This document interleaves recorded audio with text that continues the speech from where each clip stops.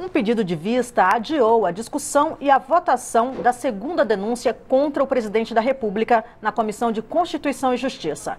A Câmara analisa se autoriza o Supremo Tribunal Federal a abrir processo para investigar Michel Temer e os ministros Eliseu Padilha e Moreira Franco pelos crimes de obstrução da justiça e organização criminosa. O relator, deputado Bonifácio de Andrada, deu parecer contrário ao prosseguimento da denúncia oferecida pela Procuradoria-Geral da República. O deputado Bonifácio de Andrada argumentou que a denúncia apresentada pelo ex-procurador da República, Rodrigo Janot, contém elementos anteriores ao mandato do presidente Michel Temer, o que seria inconstitucional. Também argumentou que as provas apresentadas são inconsistentes, baseadas em áudios da denúncia anterior, já arquivada pelos deputados.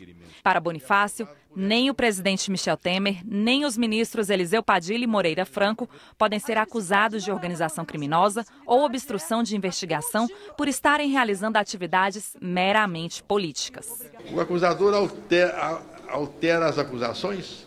O acusador diz existir uma ampla acusação de organização criminosa, mas não pede a condenação pelos crimes que teriam sido praticados por ela. Tal fato demonstra fraqueza na denúncia. Esse contexto demonstra que não existem indícios que apontem para a existência de uma organização criminosa, estruturada, estável, coordenada, com clara divisão de tarefas, voltada para a prática sistemática de crimes. Ao contrário, ao que se vê, são atividades políticas partidárias, sendo tratadas como criminosas, o que é inspiração antidemocrática. Considerando que a denúncia não preenche os requisitos constitucionais e legais, que o presidente da República não pode ser responsabilizado por atos estranhos ao exercício de suas funções, não há justa causa para o prosseguimento da denúncia baseada em delações sob suspeita, e considerando ainda que a decisão da Câmara dos Deputados não é definitiva, e que nenhum prejuízo ocorrerá à eventual persecução criminal e à pretensão punitiva do Estado, sobram argumentos para a denegação da autorização solicitada pelo Supremo Tribunal Federal.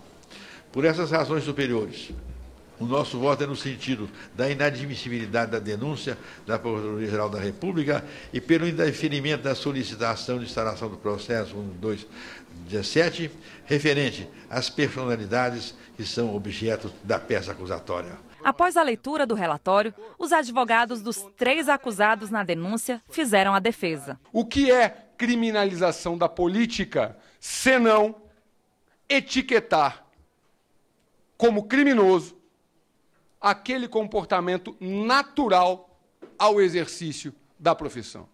Na denúncia que vossas excelências irão debater, foi considerado indício de crime telefonemas entre líderes partidários.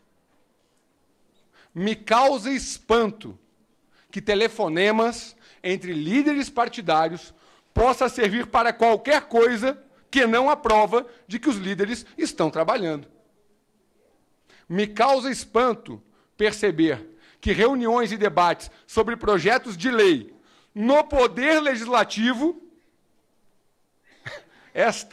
este paradoxo me dói na alma. Discussão de projetos de lei no Poder Legislativo passam a indicar indícios de crime. Toda a lógica da denúncia se faz na afirmação de que esse tal núcleo do PMDB da Câmara dos Deputados, porque é só um núcleo dessa grande organização criminosa, fruto da criação mental do senhor ex-procurador-geral da República, esse núcleo, segundo Sua Excelência, foi criado em 2006. Não se pode falar em caracterização de crime sem elemento que seja essencial ao tipo penal. E a estabilidade é essencial ao tipo penal da organização criminosa. Ora, se segundo a própria acusação, essa estabilidade estaria já caracterizada lá nos idos de 2006, é evidente, é óbvio, que a acusação se faz por fatos anteriores à assunção do cargo de presidente da República. E, portanto, ela se faz contra a Constituição da República. Temos agora momento especial da história brasileira. E o que pode nos conduzir, e não importa o partido, o que deve nos conduzir é a convicção quanto à Constituição da República.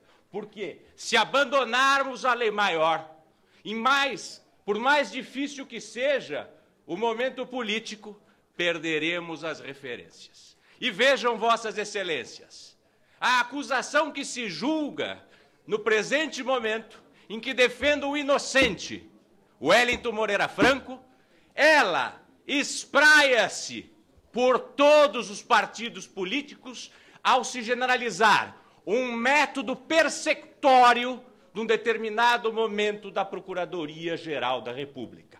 Vergonha, vergonha, vergonha.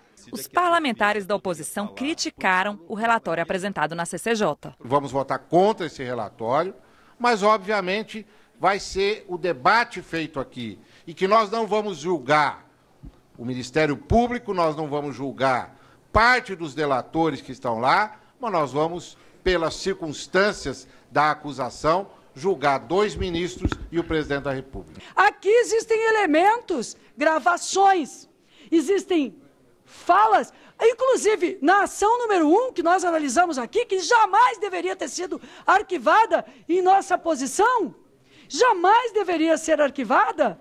Vejam os senhores, havia a voz do atual mandatário da República, de Michel Temer. Havia a voz, junto com Joesley Batista. Aqui, se não há a voz de Michel Temer, há indicações claras de que nós não podemos arquivar. Devido a um pedido de vista, a Comissão de Constituição e Justiça deve retomar a discussão do relatório na próxima terça-feira.